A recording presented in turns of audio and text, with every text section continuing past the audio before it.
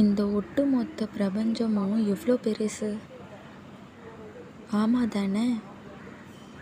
அப்போது இந்த ஒட்டுமொத்த பிரபஞ்சமும் நம்மளுடைய ஆத்மாவில் நிறைஞ்சி இருக்கு அப்படின்றது எத்தனை பேருக்கு தெரியும்? நம்மளை நாம்ளே உணர்றதுன்னு சொல்லி நிறைய பேர் சொல்லியிருப்பாங்க, நிறைய ஞானிகள்லாம் சொல்லியிருப்பாங்க. நம்மளே எப்படி உணர முடியும் அப்படின்ட்டு நிறைய பேர் கேள்விப்பட்டிருப்பாங்க. இன்னொரு விஷயம் என்னென்னா, நம்மளே யாருன்னு நிறைய பேருக்கு தெரியவே தெரியாது. நீ யாருன்னு கேட்டால் என்ன பதில் சொல்லுவோம்? உங்களுக்கு உங்கள் அப்பா அம்மா வச்ச பேரை தான் சொல்லுவோம். ஆமாம், என் பேர் அருண், என் பேர் இது, என் பேர் அதுன்னு சொல்லிவிட்டு அவங்க அப்பா அம்மா வச்ச பேர் தான் நீங்கள் சொல்லுவீங்க. ஸோ நான் இல்லைன்னா நீ ஒரு படித்தவனாக இருக்கியா, நீ ஒரு பதவியில் இருக்கியா? ஆமாம், நான் டாக்டர், நான் இன்ஜினியரு, ஸோ நான் இங்கே ஒர்க் பண்ணுறேன் அப்படின்னு சொல்லிட்டு அவங்க பொசிஷனை தான் நான் சொல்லுவாங்க.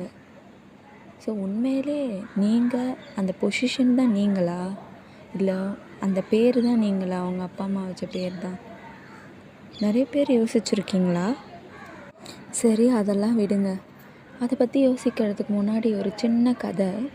ஒரு மனுஷன் என்ன பண்ணுறான், வளர்கிறான், கொஞ்சம் கொஞ்சமாக வளர்கிறான். அம்மாவோட வயிற்றில் இருந்து வளர்ந்து அவன் நிறைய சாதனை சாதிக்கிறான். லாஸ்ட்டாக அவன் என்ன பண்ணுறான்னா இறந்து போயிட்டு திருப்பி அகெயின் இன்னும் கொஞ்ச நாளில் அவன் வேற ஒரு வயிற்றில் திருப்பியும் பிறந்து இன்னொரு உடலில் வளர்ந்துட்டுருக்கான். ஸோ இதுதான் நம்மளா? அப்போ போன வாட்டி நம்ம பிறந்ததுக்கும் இந்த வாட்டி பிறந்ததுக்கும் அந்தந்த பேர் மாறிக்கிட்டே தான் இருக்குது. ஆனால் உண்மையாகவே நீன்றது எப்பயும் மாறாதுல்ல. அப்போது நீ யார்? அப்போது உன்னோட ஐடென்டிட்டி தான் என்ன? இது யாருன்னா யோசிச்சுருக்கீங்களா? பிறக்கிறாங்க, இறக்குறாங்க, திருப்பி பிறக்கிறாங்க, இறக்குறாங்க. இதை பற்றி யாருமே யோசித்ததே இல்லைல்ல.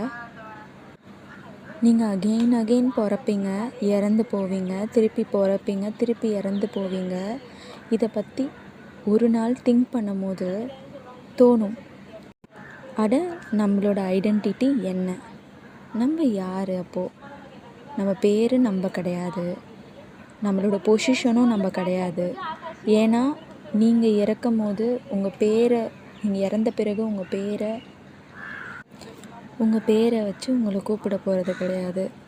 இந்த உடலை எடுங்க அப்படின்னு தான் சொல்லுவாங்க, பிணம் அப்படின்னு தான் சொல்லுவாங்க.